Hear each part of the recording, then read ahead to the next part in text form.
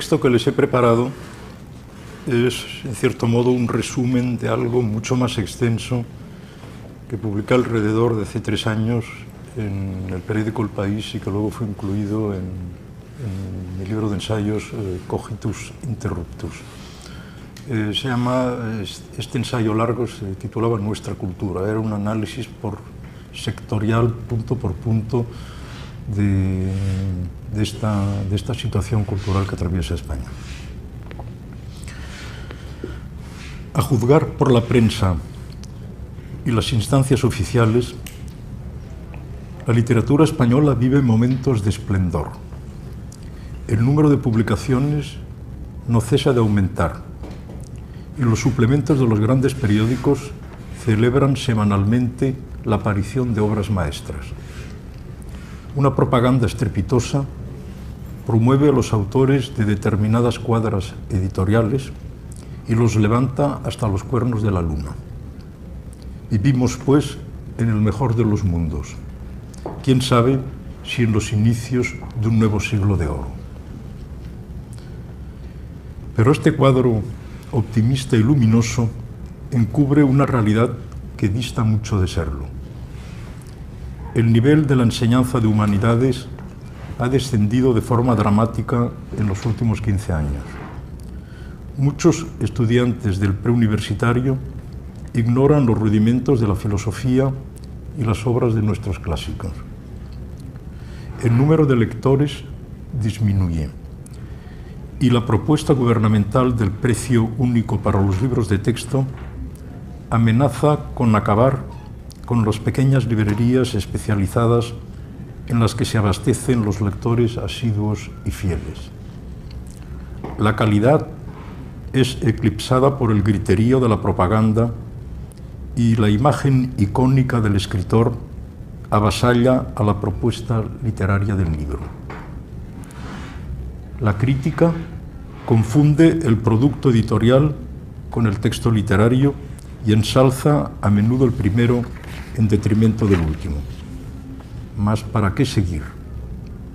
Este panorama tan poco reluciente está a la vista de cuantos no llevan anteojeras y hacen caso omiso de las presiones empresariales y de las modalidades tribales del amiguismo. Se me dirá que siempre ha sido así y que los Rafael Pérez y Pérez del pasado, presente y futuro vendieron, venden y venderán más que Valle Inclán o que Gabriel Miró. Pero la situación actual es mucho peor. La censura política, ideológica o religiosa de la era franquista desapareció para ser reemplazada poco a poco por una censura comercial que promueve lo zafio y barato, la obra de los palomos amaestrados, y empuja a los márgenes a quienes se esfuerzan en hablar con voz clara y distinta. Los nuevos intelectuales orgánicos, según empleó la terminología de Antonio Gramsci, no están ya solo al servicio de los gobiernos y partidos políticos, sino también al de los grupos empresariales o cárteles que premian la fidelidad, la presencia puntual allí donde deben estar y la capacidad de adaptación a sus intereses y consignas. La fuerza imperiosa de los medios audiovisuales contribuye aún a recargar las cintas en este paisaje sombrío. El aumento espectacular del nivel de vida de los españoles, convertidos en el lapso de 2 décadas, como no me canso de repetir, en nuevos ricos, nuevos libres y nuevos europeos, no ha correspondido al de una educación democrática ni una apertura a la diversidad del mundo actual y al conocimiento de nuestro propio árbol literario. Salvo las excepciones conocidas de todos, la actual literatura vive exclusivamente en el presente, sin mirar hacia atrás ni proyectarse en el futuro. La ronda anual de substanciosos premios editoriales e institucionales con sus celebridades de quita y pon, encarna la inanidad de lo efímero. Lo que escribieron sobre el mundillo literario español autores del fuste de Blanco White, Clarín o Cernuda, mantiene su triste vigencia, con los agravantes de la incidencia de los medios de información de masas en los rituales de la tribu poética o novelesca. En Francia, por citar un ejemplo, ocurre aproximadamente lo mismo, pero el nivel cultural de una vasta minoría de lectores les permite a estos distinguir el gato de la liebre y evitar la confusión, cito la expresión del gran pintor Antonio Saura, entre el hipo de la moda y la moderna intensidad. En España, por razones históricas legadas a nuestro secular atraso político y económico, esta vasta minoría no existe o es mucho más endeble y reducida. La trivialización informativa que asuela a las sociedades avanzadas halla un excelente caldo de cultivo en quienes abrazan con entusiasmo las manifestaciones exteriores del progreso técnico-científico, sin plantearse siquiera la pregunta de ¿a dónde nos conduce? Todo se asume de forma acrítica. Las nuevas tablas de la ley de la mundialización son aceptadas con ese fatalismo risueño, la expresión es de Octavio Paz, con el que antaño se acataban los dogmas del porvenir radiante anunciado en las vulgatas comunistas. Vamos a más, como rezaba un boyante lema electoral, sin saber exactamente el contenido de este aumentativo. Pues se puede ser a la vez millonario y analfabeto, poderoso y cerril hasta el autismo. El balance de estos últimos 5 lustros es así extraordinario en términos de creación de riqueza, establecimiento de instituciones democráticas y de marcos de libertad expresiva.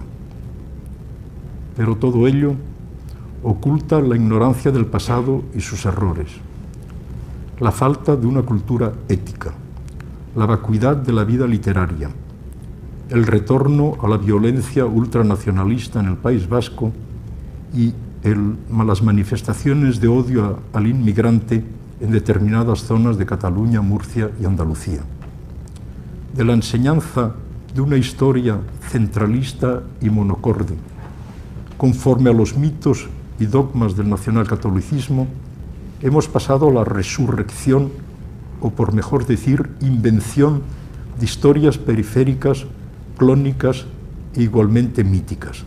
En otras palabras, a una cacofonía vocinglera que nada tiene que ver con la polifonía. Es interesante señalar que en algunas escuelas, por ejemplo, de la Comunidad de Galicia, se habla únicamente de la llegada de los suevos en el siglo V a Galicia, de los celtas que les precedieron, del reino de Galicia que existió en los primeros siglos de la Reconquista, y luego se da un salto enorme para pasar al siglo XX y el Estatuto de Autonomía de Galicia. Es decir, no aprenden el resto de la historia de la península. En otras escuelas de Cataluña incurren en el mismo esencialismo identitario típico del nacional tradicionalismo español, cuya encarnación era Menéndez Pelayo y luego Menéndez Pidal. Por ejemplo, en el prólogo de la Historia General de España de Menéndez Pidal se habla ya de los españoles en la época de varios siglos antes de la llegada de los romanos. Ya cuando llegan los fenicios, los cartagineses, los griegos a la península, aparentemente ya hay españoles allí. Entonces se habla del español emperador Trajano, del español emperador Adriano, que es un puro disparate. Por cierto, en la prensa mexicana me ha llamado mucho la atención que para hablar de los franceses se habla de los galos y al hablar de España se habla de los íberos. lo cual es un puro disparate porque cuando estaban los íberos en España no había españoles, en España no existía. Y desde luego los galos no son franceses, no tienen que ver nada. Pero en fin, volviendo a España, esto ocurre, bueno, y en las icastolas o escuelas del País Vasco, pues se estudia únicamente la historia de la supuesta lucha multisecular de este pueblo que no se ha movido de su sitio, como dijo el señor Arzallos, durante 30.000 años. Pues esta situación es realmente desastrosa porque, como he dicho, hemos pasado directamente de la única versión del tradicionalista, del nacionalcatolicismo, en lugar de pasar a una versión plural e integradora que abarcara pues igualmente el conocimiento de Hispanoamérica, pues se ha pasado a una cacofonía, es decir, pequeñas historias e historietas de cada una de las nacionalidades históricas de la península. En dos opiniones publicadas hará unos 3 años en El País, Luis Landero y Antonio Pérez Ramos abordaban con una gravedad embebida de ironía o fría clarividencia el desmantelamiento de la enseñanza literaria en los institutos y la degradación imparable de nuestra lengua. Su voz de alarma ante la trivialidad venal, la sustitución de la cultura por su simulacro, el conformismo borreguil y el abandono de las tesis inherente a la creación por la gárrula iconografía mediática, ilustraba la impotencia angustiada del artista, inmune a los espejismos y trampantojos de una modernidad incontrolada e irracional, de un supuesto mundo feliz de irresponsabilidad ilimitada. ¿Qué hacer frente al histrionismo, pasarela de gala, cultivado empobrecimiento moral y mental, desertización del paisaje humano, simonía del don, devaluación incesante de la palabra? La literatura es producto del hombre integral y se dirige al universo integral. Dije en otra ocasión, en un ensayo titulado Experiencia mística, experiencia poética, parafraseando al escritor bosnio Edzevat Karahasan. La literatura es fruto del hombre material y espiritual, sutil y craso, compuesto de razón y de instinto. Obra del hombre en el que anidan los sueños y el anhelo inconfesado o confeso de trascendencia, y cuyo agnosticismo racional se complementa con la inteligencia intuitiva del corazón. La busca del éxito inmediato y el aplauso fácil excluyen lo inmerso y anónimo en la creación, aquella labor humilde y recatada por la que el artista y el poeta no serán recompensados nunca. En el centro de la berlinesa Alexanderplatz, protagonista de la espléndida novela de Alfred Döblin y arrasada después por los bombardeos aliados al final de la Segunda Guerra Mundial, las autoridades de la difunta República Democrática Alemana alzaron una gigantesca torre circular, visible siempre desde el otro lado del muro, que albergaba su antena de televisión estatal y un restaurante panorámico giratorio desde el que los clientes disfrutan, segmento por segmento, de una vista privilegiada sobre la ciudad. Junto a los descampados y ruinas, bloques de viviendas grises y desangelados, reconstruidos, se diría, con cicatera maldad, conforme a los cánones de una estética de fealdad sañuda, el visitante encaramado a la cima puede contemplar también los tejados rojizos de unos pocos edificios prusianos del siglo XVIII que escaparon indemnes al fuego y a la devastación. Simétricos, armoniosos, trazados con un rigor y exigencia insólitos, su perfección solo puede ser captada desde arriba. Una conciencia artística y profesional llevada a tal extremo me conmovió. ¿Habían previsto acaso sus artífices que siglos más tarde centenares de personas atalayarían a diario su obra desde el avieso descubridero de cemento erigido como símbolo de un sistema caduco y condenado también a la ruina? ¿Habían intuido la invención de aviones y artefactos celestes, de instrumentos de visión y fotografía aérea? ¿O trabajaron sencillamente para Dios y sus ángeles, inflamados por la fe que iluminaba sus vidas? Tanta belleza y rigor, destinados a permanecer incógnitos, eran en cualquier caso fruto de artistas cuyo anhelo de perfección agregaba a lo perceptible por sus conciudadanos una parte preciosa y secreta, vedada, sin intrusos, territorio del sacrificio a lo sagrado, pura llama de amor sin retribución alguna. Idéntico empeño, abnegado y silente, de quien al quitar el verso y se enzarza con él en tenaz cuerpo a cuerpo, busca la ingravidez de la materia verbal y el peso específico de la palabra, es la sustancia misma de la literatura. No importa que el míope no lo advierta y admire a moco de candil lo barato. Esfuerzo no rentable, impuesto por una exigencia íntima, será reconocida quizá mero azar años o centurias más tarde. Lo sumergido en la obra literaria la mantiene a flote como el iceberg. La nitidez y fulgor manifiestos no existirían sin ella. No obra muerta, como se dice del buque, sino callada sustentación. Núcleo irreductible a la superficialidad de la imagen, densidad, espesor, radicalidad salvífica. No importa que quienes sostienen el rigor ético de toda la creación estética sean cada vez más escasos. Con uno solo bastaría. Les voy a leer a continuación unos textos que escribí hace alrededor de 15 años, que constituyen un poco como mi código ético personal, que figuran en el texto autobiográfico En los reinos de Taifa.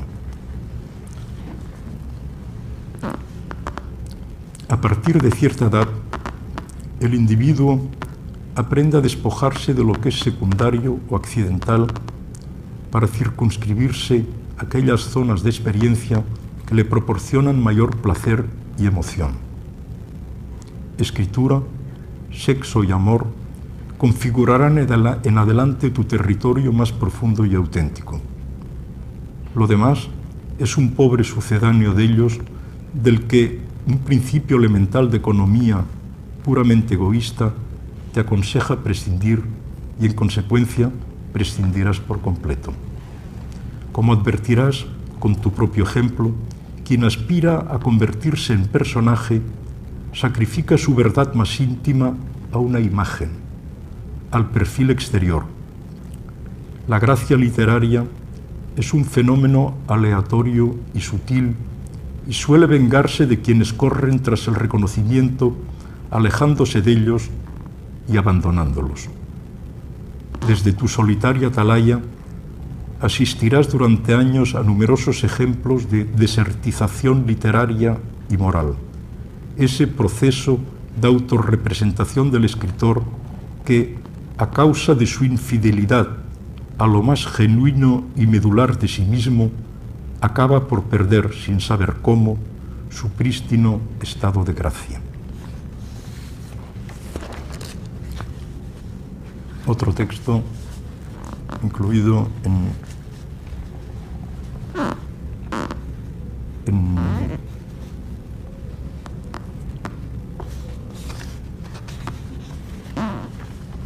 los reinos de Taifa. Lamentablemente, existen los medios literarios que mejor conoces una tendencia muy marcada del escritor a tomarse a sí mismo en serio en vez de tomar en serio su propio trabajo. Como dijiste hace años en Don Julián, el genio se confunde con la figura y la figura da la clave del genio. Cuanto más genio, más figura, cuanto más figura, más genio. Desde entonces, la situación ha empeorado, lo mismo en España que fuera de ella. Mientras el número de figurones prolifera, el de autores que tomen su trabajo a pecho en vez de cultivar amorosamente sus ínfulas parece en neta regresión. La presencia física del escritor entorpece una evaluación correcta de su obra con interferencias ajenas a los criterios específicos de la literatura. El autor vivo, si además es un vivo, procura salpicar los ojos de quienes lo observan y ocupar posiciones de difusión y prestigio muy por encima de sus méritos reales. Por eso, cuando alguno de esos vivos fallece, parece deshincharse y cae súbitamente en el olvido. Por habérsele aupado en exceso, se le hunde también con desconsideración excesiva. Solo lo que no está de moda no pasa de moda. Como decían los surrealistas, toda idea o persona que triunfan corren fatalmente a su ruina.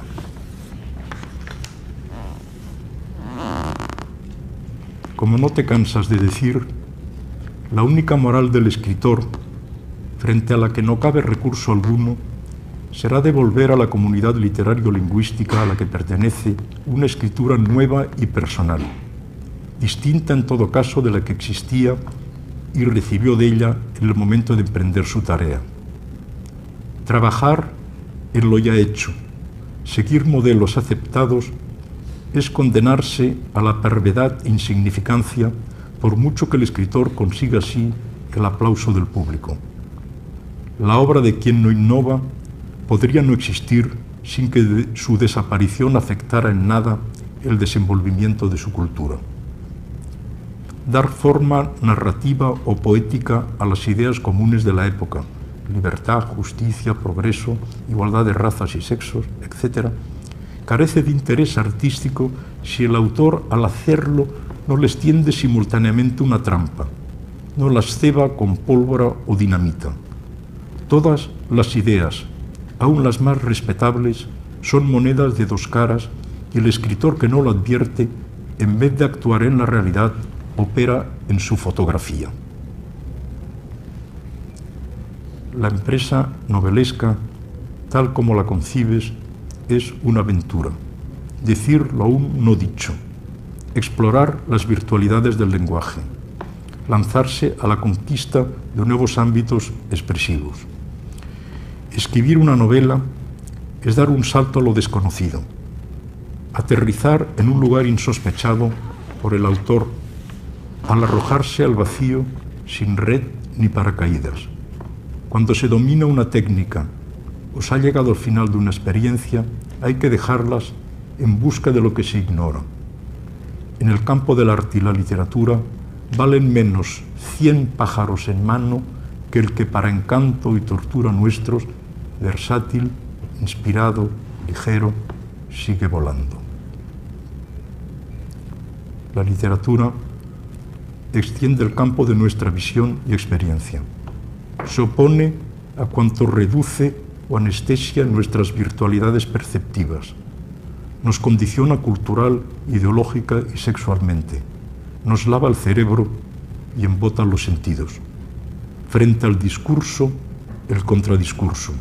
Frente a la recuperación inevitable de lo nuevo y revulsivo, la parodia de lo normalizado o acatado con borreguilismo cortés.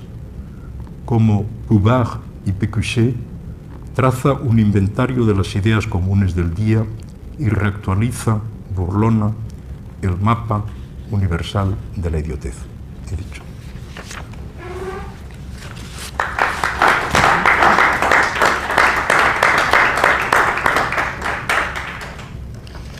Muchas gracias por esta tercera conferencia. Vamos a iniciar la sesión de preguntas Voy a iniciar yo con una pregunta y esperamos las preguntas de ustedes y de los que nos están viendo en otras sedes del TEC.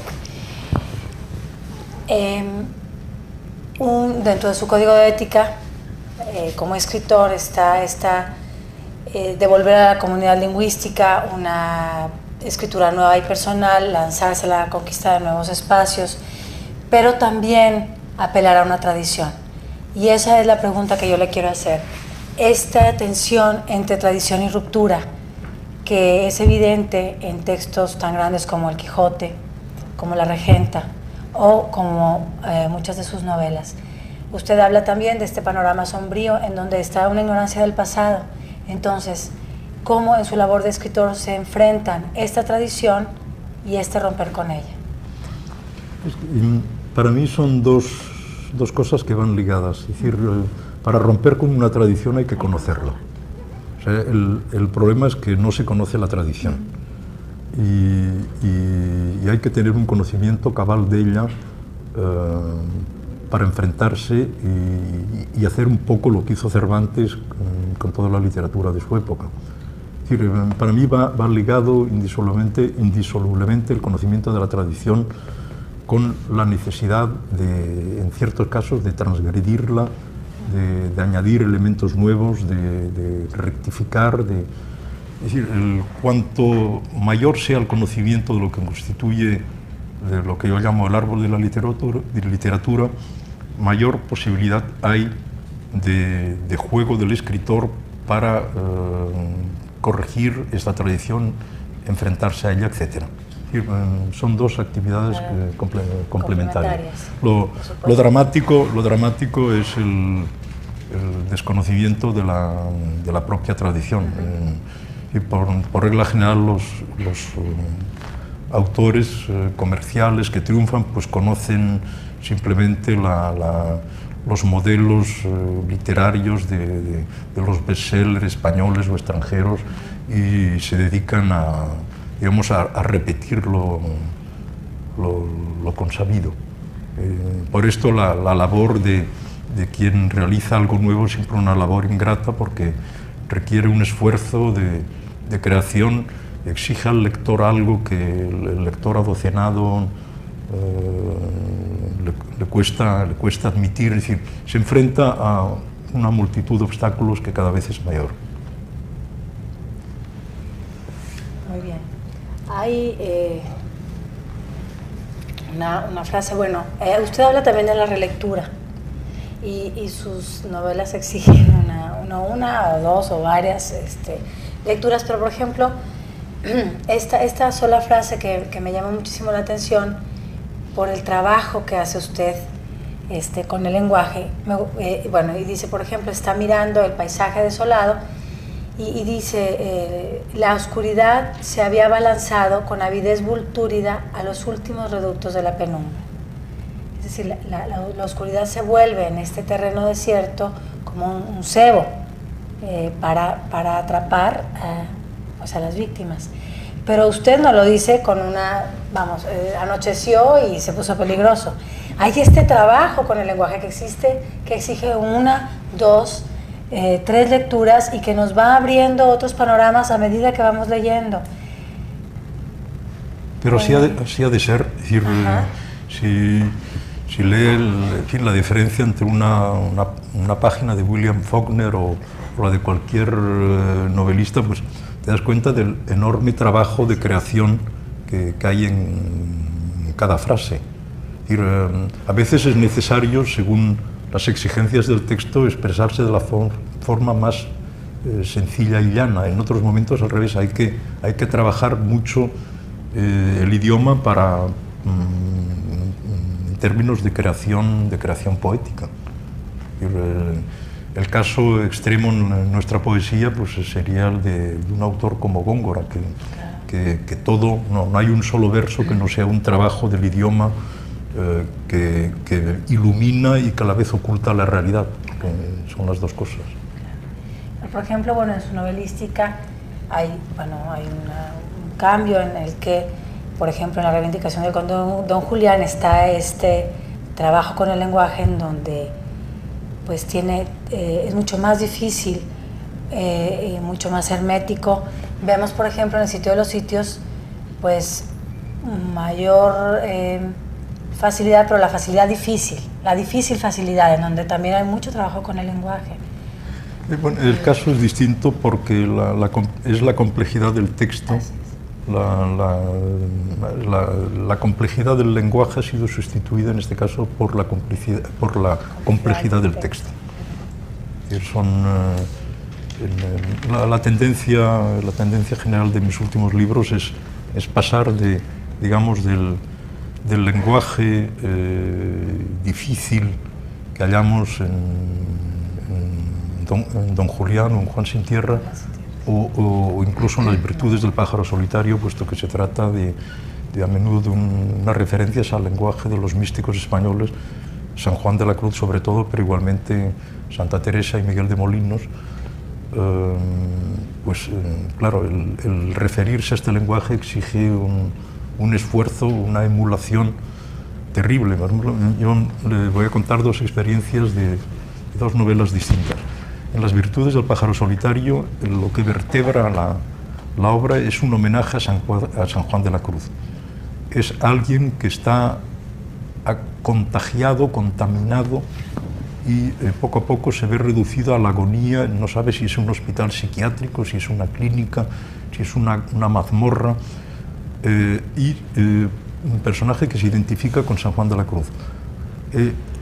Hay la mayor polisemia como en el lenguaje de San Juan de la Cruz. En San Juan de la Cruz podemos hacer todo tipo de lecturas, desde la puramente religiosa, del lenguaje místico más bello escrito en la lengua española, hasta un lenguaje erótico. Cuando dice gocémonos, amada, podemos interpretarlo de muchas maneras. Es decir, hay siempre esta cantidad de niveles de interpretación posible dentro del lenguaje. En Las virtudes del pájaro solitario, que es un título que yo supongo que corresponde, inspirado por el tratado del pájaro solitario que sabemos que escribió San Juan de la Cruz y que no ha reaparecido nunca. Y probablemente, yo pienso que fue el que se tragó cuando fueron a detenerle. Pues aquí todas estas interpretaciones, esta polisemia, la paso al texto donde la idea del contagio, el enfermo no sabe si está contagiado, si tiene el virus del SIDA,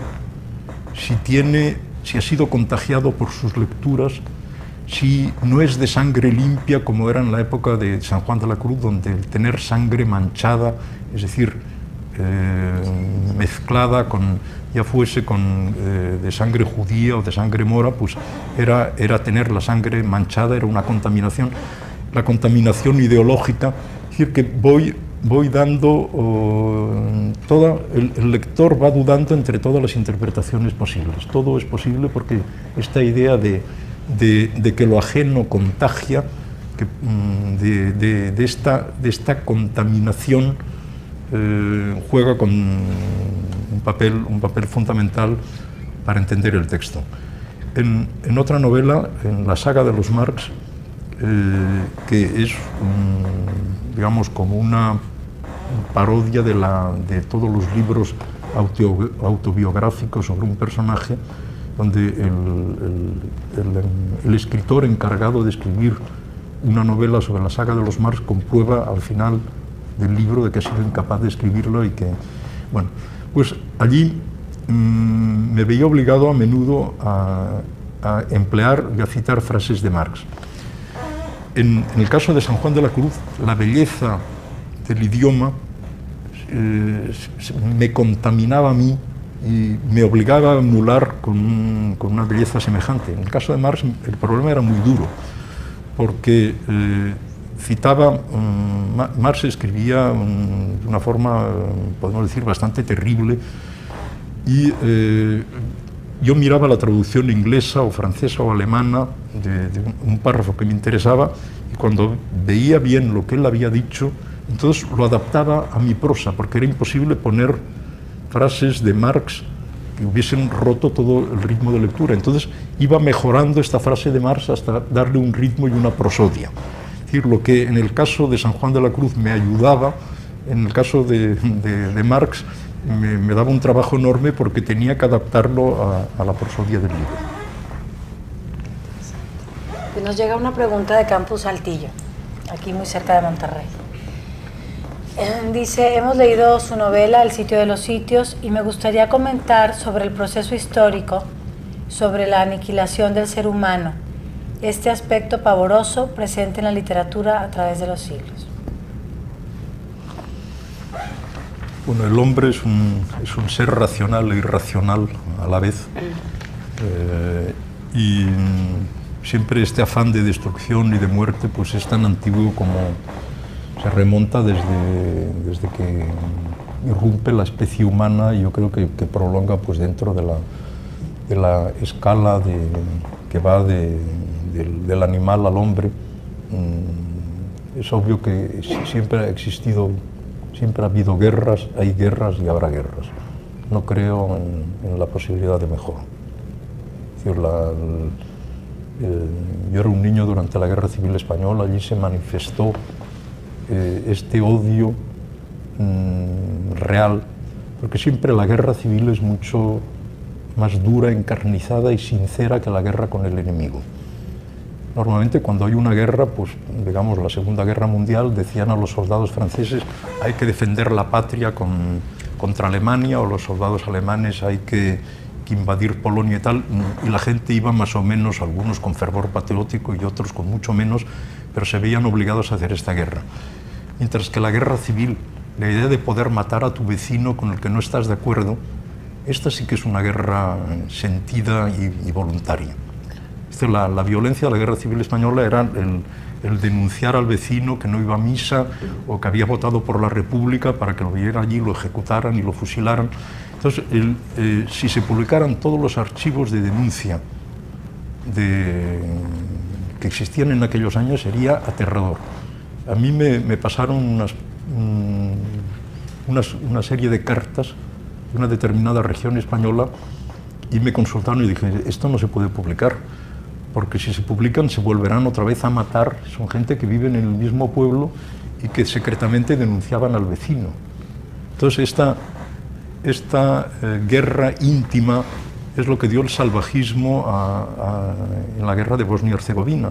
Habían convivido pacíficamente durante mucho tiempo, tal vez con tensiones, pero los serbios ortodoxos, los católicos croatas, los bosnios musulmanes, teóricamente musulmanes, y la comunidad judía que había en Sarajevo.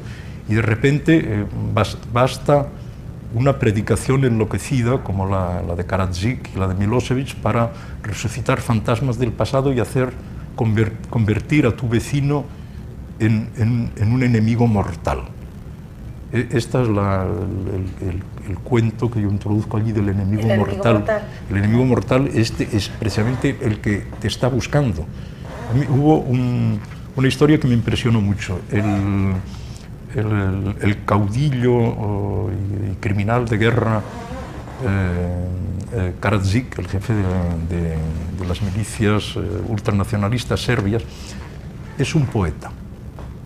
Por lo menos creo que perpetró algunos libros de poesía y intentó ser reconocido como poeta en Sarajevo y no fue reconocido. Y alguien que yo conozco le hizo una crítica muy sangrienta, y cuando empezó el asedio me contó una historia extraordinaria. Vivía en un edificio de 15 pisos situado enfrente de donde disparaba la artillería, y se dio cuenta de que su piso era bombardeado con ensañamiento. Apuntaban directamente al piso del crítico que había hecho las reseñas negativas del supuesto poeta Karadzic. Es decir, este odio al crítico que le había había señalado que su poesía era pésima, y se traducía, pues la respuesta era puro cañonazo. Él tuvo que abandonar inmediatamente el edificio y me mostró el edificio, y en efecto el piso que lo ocupaba era un piso completamente destrozado. Se veía que disparaban contra este piso. Es decir, es una venganza. Es decir, lo que me apasionaba de esta guerra es ver el odio llevado a este extremo. Por ejemplo, hice entre los refugiados, me contaron la historia de una mujer que de origen sociológicamente musulmán y que estaba en la zona serbia de Sarajevo y su marido se pasó al lado gubernamental. Entonces los vecinos de la escalera fueron a la casa de esta señora y la violaron. Es decir, ella contaba de que gente a la que conocía desde hace años y que le daban los buenos días, bastó esta situación de irracionalidad para que la violaran y además en presencia de sus hijos.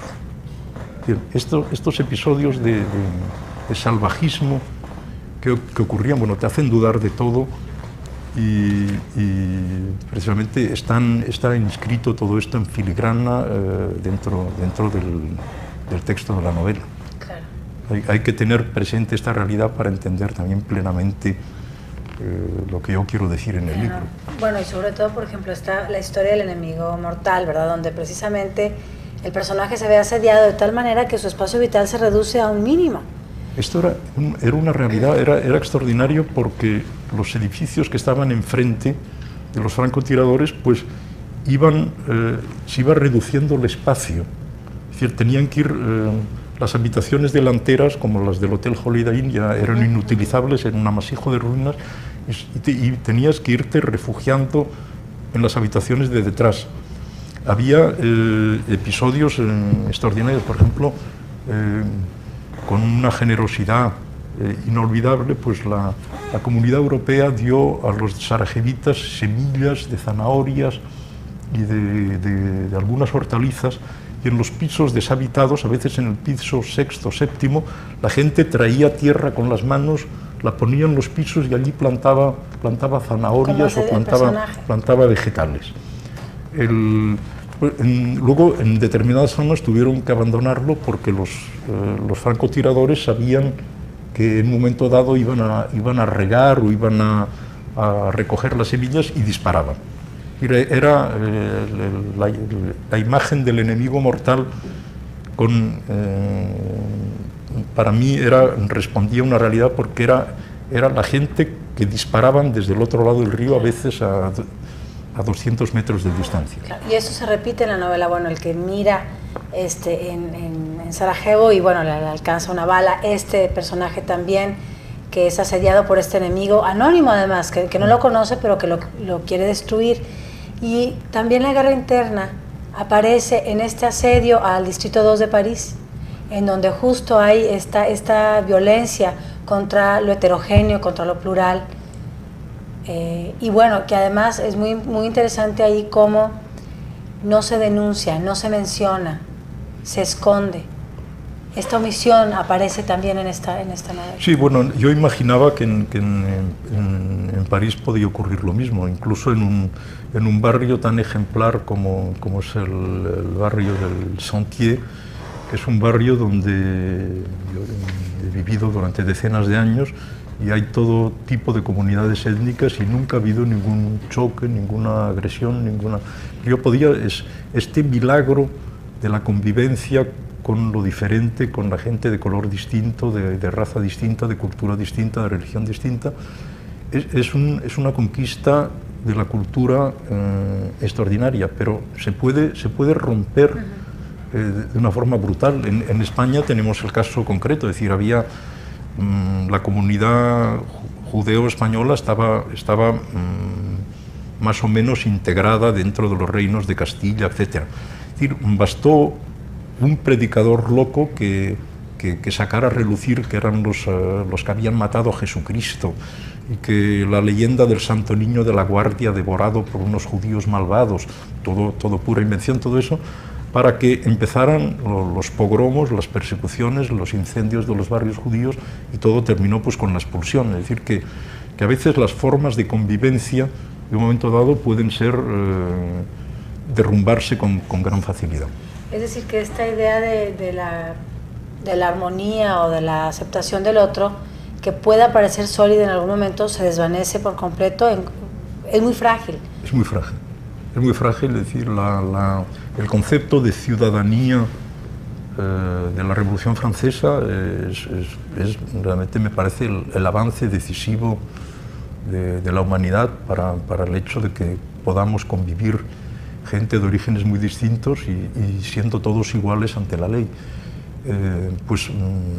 Esto se derrumbó completamente por obra del ultranacionalismo serbio y el ultranacionalismo croata, porque los croatas hicieron lo mismo en Mostar. Y lo primero que hicieron siempre el volar los símbolos históricos del enemigo. En Sarajevo fue el incendio de la biblioteca. Fue extraordinario. La biblioteca que contenía los manuscritos árabes, otomanos, iranios, del Imperio Austrohúngaro. Era una biblioteca extraordinaria de un estilo neomorisco que fue bombardeada con bombas incendiarias de forma de que ardieran todos los manuscritos. Cuando yo estuve, unas semanas después, bastantes meses después, porque esto fue en el 92, era todo un amasijo de ruinas y recogí como recuerdo papeles chamuscados, fichas de lectura, una página de un manuscrito, todo esto ardió. Es decir, necesitaban destruir la memoria histórica de los bosnios para poder inventar a partir del cero una mitología. Y esto ha sido siempre así, es decir, cuando un poder, ¿qué hicieron los españoles en México?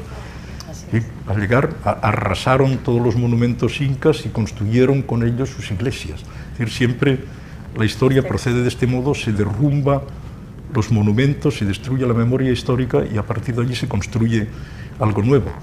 En el caso de Bosnia y Herzegovina fue la destrucción de la biblioteca de Sarajevo, que tanto afecta a los personajes de la novela. Sí. Y por otro lado, en Mostar, la destrucción de este maravilloso puente otomano que fue bombardeado con artillería en directo. Todo esto está filmado como un puente maravilloso, uno de las joyas de la arquitectura otomana en los Balcanes, pues fue bombardeado simplemente porque era el símbolo de que lo habían construido los otomanos, los odiados turcos. Es decir, siempre es el destruir la memoria histórica para imponer una mitología nueva y sangrienta y vengadora. Y esto aparece en el sitio de los sitios también. Sí, por supuesto. Es uno de los temas recurrentes. Así es. Bueno, hay una pregunta del campus Veracruz, de Javier Calatayud Carvajal. Me gustaría que el maestro Goytisolo explicara el concepto de borreguismo cortés y mencionar hasta qué punto este borreguismo cortés ha influido no solamente en la literatura, sino en la sociedad en general, en cualquier momento histórico que se ha vivido. Bueno, es esta tendencia siempre a fomentar las ideas más útiles, que no son necesariamente las más próximas a la verdad. Esto ha existido siempre, es decir, en todos los poderes pues encontramos la forma de halagar ya lo existente y esconder en lo posible la crítica. En el terreno literario, pues esto se traduce siempre a fomentar lo fácil, lo que puede ser leído con mayor facilidad, lo que no provoca ninguna tensión, ni contrariedad, ni dificultad. Es decir, siempre fomentar lo fácil. Bueno, y ante este panorama, ¿verdad? Usted contrapone el cuadro optimista con este panorama sombrío. Y tiene que ver también con esta idea que se dice mucho de que vivimos en la era de la información. Cuando, bueno, hay muchísima desinformación. ¿Qué pasa con esto que se dice, con el simulacro? Con este simulacro que sustituye a la cultura, que sustituye el saber. Bueno, empezando por la información, una cosa que me llamaba siempre la atención, creo que Humberto Eco había hablado de que cuanto más improbable es una información mayor carga informativa tiene. Entonces, por ejemplo, dentro de este sistema, pues hablar de 3.000 personas que se ahogan en la India, de una matanza de 50 personas en Colombia o de 30 en Argelia, pues ya ni siquiera es un titular. Al cabo de un tiempo, lo que estaba ocurriendo en Bosnia ya no importaba, formaba parte de la rutina, ya no había contenido informativo. El contenido informativo o hablar de la corrupción en nuestros países, en México o en España, pues ya llega un momento en que no tiene para qué hablar de ello. Yo proponía hace unos años que en lugar de decir el director del banco tal, el ministro tal, ha sido acusado de corrupción, etcétera, que dijeran, fulano de tal lleva 5 años en el gobierno y no ha robado nada. Entonces, esto sería una noticia de rico contenido informativo, porque se supone que quien está en el gobierno pues roba. Esto forma parte precisamente de nuestra cultura y se ha extendido a ámbitos insospechados como en países que uno podía imaginar que no ocurriría, pero empieza a ocurrir dentro de la que yo llamo la fortaleza europea. Es decir, la información sobre lo probable o lo improbable, pues tal vez hubiese sido, qué sé yo, de repente una matanza de 10 personas en Suecia, pues nadie... Esto es una noticia altamente informativa. Es decir, cualquier muerto europeo es siempre una noticia. La muerte de 1.000 africanos por hambre o la situación de los niños en zonas enteras de África que están pereciendo, o los 500.000 niños que han sido víctimas del bloqueo impuesto a Irak. Estos 500.000 niños no son una información. Ha habido 500.000 de niños muertos en Irak por el bloqueo al que está sometido este país, además bloqueo de un pueblo inocente, porque no fue nunca responsable de lo que hizo el tirano o el dictador. Aunque sea una digresión, me parece importante señalar que cuando se equiparó a Saddam Hussein con Hitler, y por lo tanto al pueblo iraquí con el pueblo alemán, se ocultaba algo esencial. Hitler fue elegido democráticamente 2 veces por el pueblo alemán, es decir, que había una responsabilidad del pueblo alemán en los crímenes del nazismo, mientras que el desdichado pueblo iraquí no tuvo nunca la menor posibilidad de elegir democráticamente a este señor que asumió el poder pues por las armas es decir, en un pueblo donde no ha habido nunca democracia. Es decir, que era un pueblo, el castigo de este pueblo inocente pues ha desaparecido del mapa. No se habla, no es información. Creemos que estamos informados y no estamos informados. Y así la lista sería larguísima. Hay otra pregunta de otro campus que dice, ¿cuáles son los escritores de lengua castellana, además de Cervantes, que más han influido en su labor de escritor? Los que componen los que yo llamo el árbol de la literatura, es decir, el arcipreste de Hita, Fernando de Rojas, Francisco de Licado, el autor de Retrato de la Lozana Andaluza, San Juan de la Cruz, Quevedo, Góngora. Luego, si nos acercamos a épocas más próximas, pues yo diría, no voy a mencionar a los vivos, porque si mencionas a uno y no mencionas a otro es un juego muy peligroso. Pero hablaré, por ejemplo, pues de autores como Guimarães Rosa o Machado de Assis en Brasil, como Lezama Lima y Jorge Luis Borges. Todos son autores que de una manera u otra han influido en mi trabajo literario. ¿Alguna pregunta? Sí. Bueno, hablamos de estas identidades de los oprimidos y los opresores, pero un ejemplo sería en Bosnia se ataca esa identidad del pueblo bosnio y se destruye la biblioteca, que es hasta cierto punto producto de los otomanos.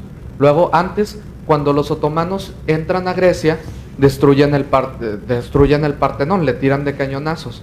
Y en otras culturas da lo mismo. Los oprimidos de un tiempo son los opresores de otro. Y todo esto se da porque para hacer la identidad se necesita separar el yo del otro. Y es en esta separación donde se da la violencia. Para evitar esta opresión, tenemos otro camino que intentar, no sé si el término correcto sea destruir, deconstruir o desarmar todos estos intentos de identidad, de integridad, de tradiciones, para poder conservar a las obras y a las personas que las conforman.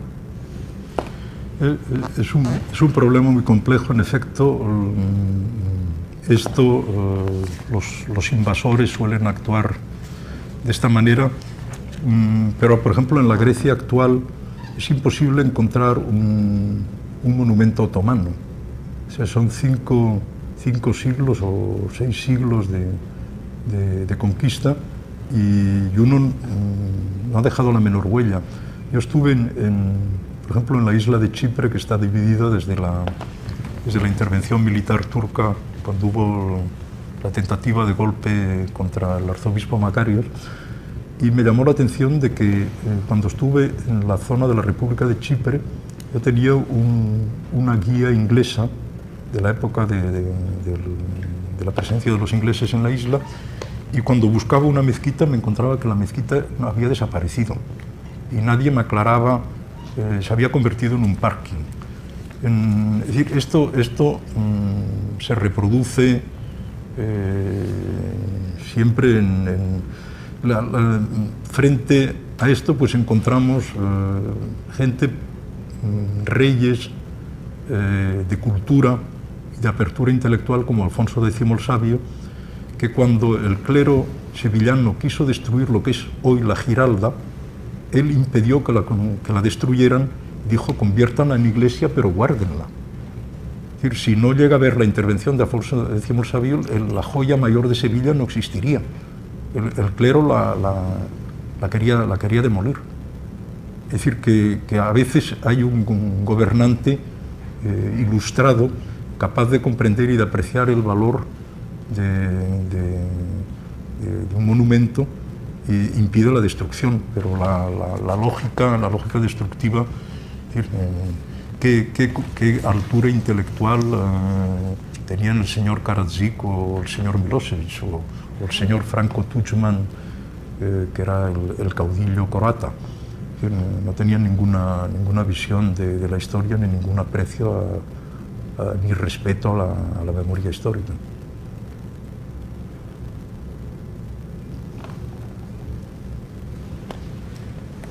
Maestro, ahorita que estaba mencionando los autores, bueno, esta lista de autores, pero pensando en influencias, al leer Paisajes después de la batalla, hay una especie de Lolita o de lolitismo, por ahí es intencionado, ¿puede hablar al respecto?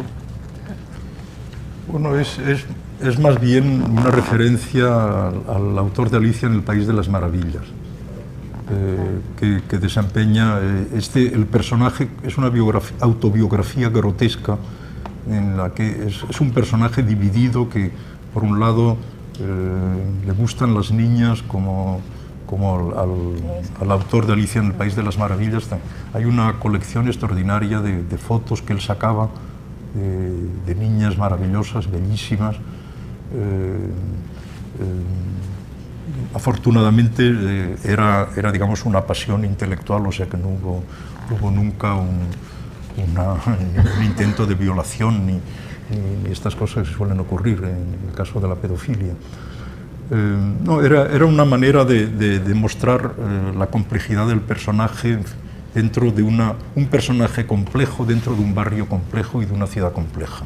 Era una manera de extender los episodios de la novela de una forma que en lugar de de ser estos personajes de una pieza, al revés, a parecer un personaje que se prestara también a un nivel, a un tratamiento irónico. O sea, porque allí el narrador continuamente interviene para decir nuestro desdichado personaje, etc. Es siempre una distancia irónica entre el narrador y el personaje.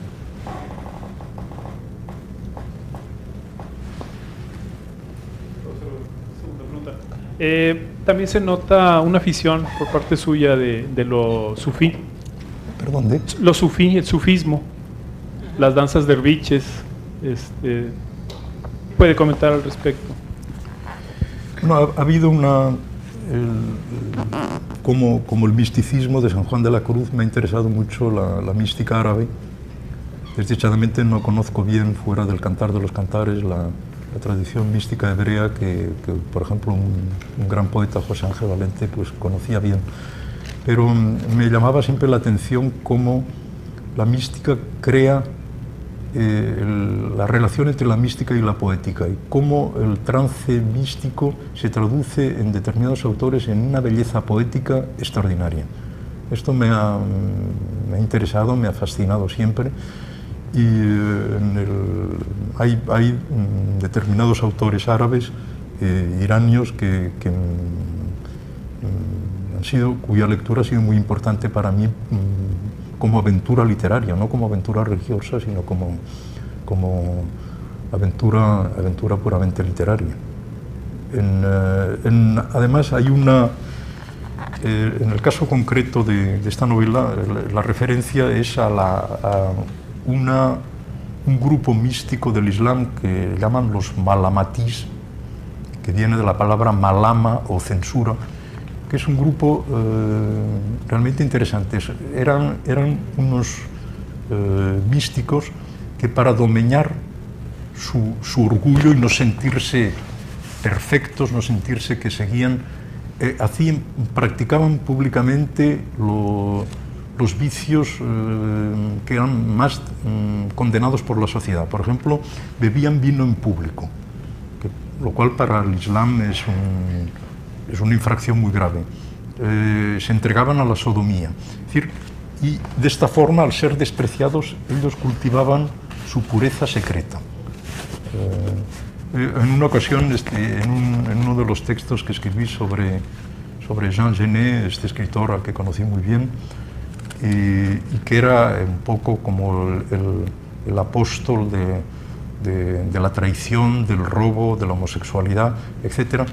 Yo que le conocí, pues me parecía que era un malamatí, porque es la persona de rigor moral mayor que he conocido en mi vida. Sin embargo, él era inclusero, es decir, de madre desconocida, de padres desconocidos. Se educó, pues pasó por diversas instituciones, colonias penitenciarias desde la juventud, su vida en la cárcel, y allí aprendió a escribir este francés prodigioso en el que escribía, y fue un ladrón. Una de sus obras es el diario de un ladrón. Él cuenta cómo robaba, cómo a veces la traicionaba, pero sin embargo dentro de esta traición siempre había una razón moral detrás de ella. Me interesaba mucho este concepto del derviche errante sufí, sobre todo del malamatí, porque tenía como una forma de moral contraria, revulsiva. Por ejemplo, que hallamos en un texto muy bello que leí este año, de este escritor colombiano, Fernando Vallejo, que en la novela La Virgen de los Sicarios, que es un canto de amor a los niños sicarios, adolescentes sicarios de Colombia, no sé si es de Cali o de Medellín, no recuerdo ahora, y es como un canto al mal, que es uno de los textos, tal vez el texto español más próximo que yo conozca a Lautréamont, los cantos de Maldoror, con este canto al mal, o a la obra del propio Jean Genet. Es decir, se trata de un texto muy bello que no hay que, sería inútil condenarlo por criterios morales porque se sitúa en un territorio en el que la moral queda suspendida. Se trata únicamente de una aventura provocativa, estética, que me parece muy estimable. ¿Alguna otra pregunta? Sí.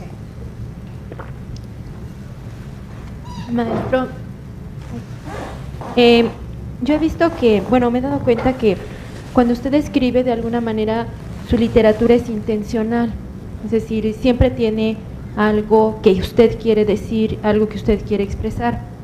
Y sin embargo, también había mencionado anteriormente que sus novelas surgen, que sus novelas salen de usted, o sea, como que no tiene previsto el final. De alguna manera siempre está queriendo decir algo. Entonces, me gustaría saber cómo enfrenta estas dos cosas usted. Y una cosa más, me gustaría saber, ¿para quién escribe usted? ¿Perdón? ¿Para quién escribe? ¿Para quién? Si supiera para quién escribo, pues siempre digo probablemente no escribiría. No lo sé. La escritura es algo que brota del interior y no sabes cuál es el destinatario. Normalmente el destinatario pues sería la persona de tu comunidad lingüística y que tenga la persona contemporánea que tenga una experiencia próxima o parecida a la del autor. Digamos, el lector ideal sería el contemporáneo y el que tiene miembro de la misma comunidad lingüística y que tiene una experiencia parecida, porque entonces no hay necesidad de aclararle el contexto. Es lo que hablaba el otro día, precisamente es la ausencia de contexto. Es decir, cuando yo escribo de mi propia experiencia, digamos, en Tánger, el lector ideal sería el que conociera Tánger, el barrio que yo estoy describiendo. Pero en fin, lo importante es llegar a interesar a un lector que no conoce absolutamente lo que es Tánger. Y la otra pregunta que tenía, sí, es que no... que era, ¿puedes repetirla, por favor? Es que de alguna manera, bueno, ahorita lo acaba de repetir, que su literatura como que surge de usted, surge a partir de usted como que no está de alguna manera planeada y sin embargo al mismo tiempo es intencional. En realidad yo creo que estaba programado genéticamente para la escritura. Es decir, no sé hacer nada más. Es decir, si no hubiese tenido esta posibilidad, soy la persona más nula y más incapacitada para todo. Es decir, en la vida práctica me cuesta abrir un paraguas, abrir la puerta con las llaves. Ahora mismo estas llaves magnéticas que hay ahora, que son mucho más fáciles, se desmagnetizan a mi contacto. Pero hay como una... En fin, me siento absolutamente incapaz mi mujer, Monique Lange, que tenía un gran sentido del humor, cuando comprobaba esta incapacidad mía para las cosas prácticas, decía, si todo el mundo fuera como tú, estaríamos aún en la edad de piedra. Y tenía absolutamente toda la razón. No sirvo para otra cosa. Esta es la pura verdad.